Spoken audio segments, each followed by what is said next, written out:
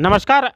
आप देख रहे हैं मऊ तक और हम इस समय मौजूद हैं मऊ जिला के कोपागंज में और हमारे साथ जो शख्स मौजूद हैं आपको बता दूं कि सुभाषपा के भारतीय स्वदेव पार्टी के राष्ट्रीय महासचिव डॉक्टर संतोष पांडे जी हैं। आइए बात करते हैं। आंदोलन चल रहा है, किसान आंदोलन चल रहा है। 700 से अधिक किसान शहीद हो गए। किसानों को खालिस्तानी बोला गया, पाकिस्तानी बोला गया। कुछ लोगों ने तो उनको जीप से कुचलने का भी काम किया। और आज अचानक आके सुबह सुबह प्रधानमंत्री जी कहते हैं कि हम इस क्षमा के साथ कहते हैं कि हम इस कानून को वापस ले रहे हैं। तो सर, इस पे क्या कहना चाहेंगे आप? आप थोड़ा सा इसके पीछे चलिए। अभी 3-4 राज्यों में उपचुनाव हुए हैं।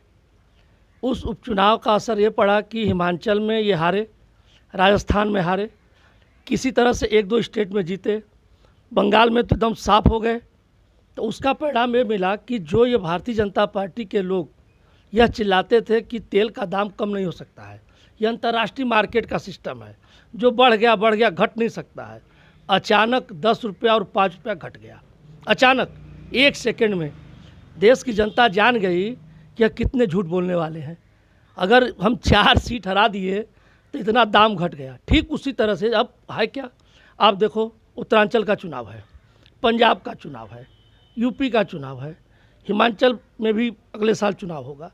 अब है क्या कि इन सारे चीज़ों में अगर आप देखें तो उन लोग को पता चल गया है कि यहाँ अब पूरी तरह से हम साफ होने वाले हैं। अब तरह तरह के ड्रामा करेंगे।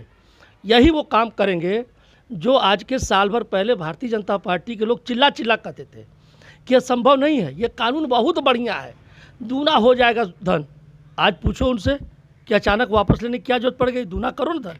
आज जो उत्तर प्रदेश की राजनीति, जो देश की राजनीति की दिशा तय करती है, आज उत्तर प्रदेश में साफ हो गए हैं। भारतीय जनता पार्टी की एमपी, विधायक और मिनिस्टर पश्चिम के किसी गांव में प्रवेश नहीं पा रहे हैं। किसान डंडा लेके बैठा हुआ है। आज ये जब देखे हैं कि पश्चिम से साफ, पूर्वांचल से साफ, बुंदेलखंड से साफ, तब इनकी बुद्धि खुली है कि नहीं, जनता सही बोल रही है, हम कहीं कहीं झूठ थे। अब तो बड़ी आश्चर्य की बात मुझे आ रही है, अभी मैं टीवी में देख रहा था कि जितने भाजपा के नेता हैं बोल रहे बड़ा बढ़िया काम हुआ है। अरे साल भर पहले क्यों नहीं तुम्हें समझ में आई? जब ओम प्रकाश राजभर ये बात कहते थे कि किसानों का धन दूना कैसे होगा, मेरे पास फार्मूला है, तो लोगों को बुरा लगता था। भाई हमारे पास फार्मूला है किसानों का धन दूना होने के लिए।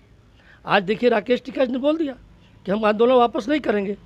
सदन से पहले वो बिल वापस लें।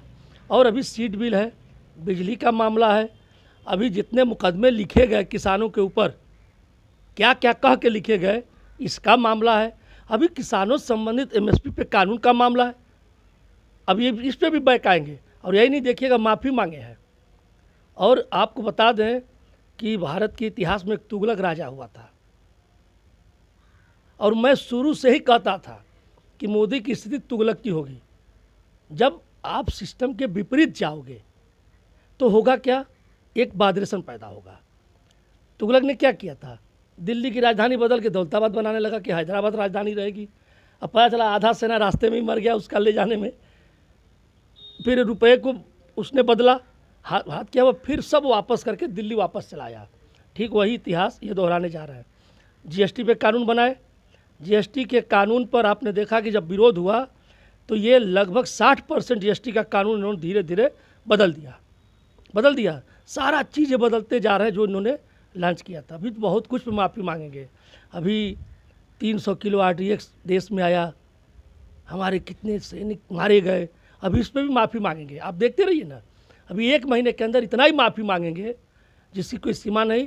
लेकिन बिल्कुल सत्य है कि जब तक भारतीय जनता पार्टी की सफाया नहीं होगा तब तक हम लोग कोई ढिलाई नहीं बरतेंगे, ये क्लियर है।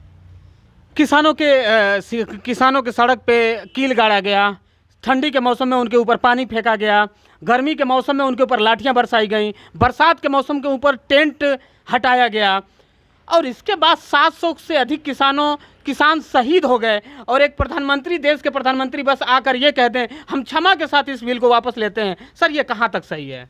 ये बिल्कुल सही नहीं है। लोकतंत्र है, जनता बैठी हुई जवाब देने के लिए, चिंता की बात नहीं है। हम और आप क्या सोचेंगे? जिस 700 किसानों जो मरे हैं, उनके परिवार के लोग, जिनकी रोजी रोटी ख़त्म हो गई, जिनके ऊपर से छाया ख़त्म हो गया, वो लोग बैठ कर जो रहे हैं। इसी आंदोलन इनको खालिस्तान से लेकर पाकिस्तानी से लेकर क्या नहीं भारतीय जनता पार्टी के लोगों ने कहा। और किस चेहरे से डिबेट पर बैठेंगे, ये बेशर्म है सब, झूठ बोलने की आदत हो गई है। अब मुझे नहीं समझ आता है कि ये जो भाजपा के लोग अब क्या कहेंगे। अभी बैठे थे जोगी जी, बड़ा गर्व से चिल्ला रहे थे साल भर पहले कि कानून बहुत बढ़िया है, किसानों को मान जाना चाहिए। आज क्या हो गया? आज मुंह लटकाए हुए चेहरा देख लीजिए, रोते हुए चेहरा खड़ा है। मोदी जी माफ़ी शब्द बोले तो लगा कि रो देंगे। आप देखे होंगे, ऐसे नहीं, माफ़ी मांगे हैं। ये जो अडानी अंबानी है ना, वो डंडा किया हुआ है, क्योंकि वो पैसा दे रहे हैं, सरकार चला रहे हैं। तो डर इस बात का है कि माफ़ी मांगे खाली उत्तर प्रदेश चुनाव के लिए, फिर ये सब लागू करेंगे। आपको वही बता रहे हैं, क्योंकि सरकार ये नहीं चला रहे हैं, सरकार अडानी अंबानी उद्योगपति चला रहा है। और रही बात जो आपने कहा, बिल्कुल स्पष्ट है, उत्तर प्रदेश सफाया तय है, इसमें कहीं कोई दाग नहीं है। अब इसके लिए जितना भी अस्त्र लगाना हो, रोले गाले। अभी आपने एक्सप्रेसवे का उद्घाटन देखा, आप बताओ रोड का उद्घाटन जहाज करेगा? बोलिए। भोजन का उद्घाटन तो चिकन होगा जी, रोड का उद्घाटन चल के होना चाहिए ना। तो उस पर गाड़ी चलाना चाहिए, तो जहाज उतार रहे हैं।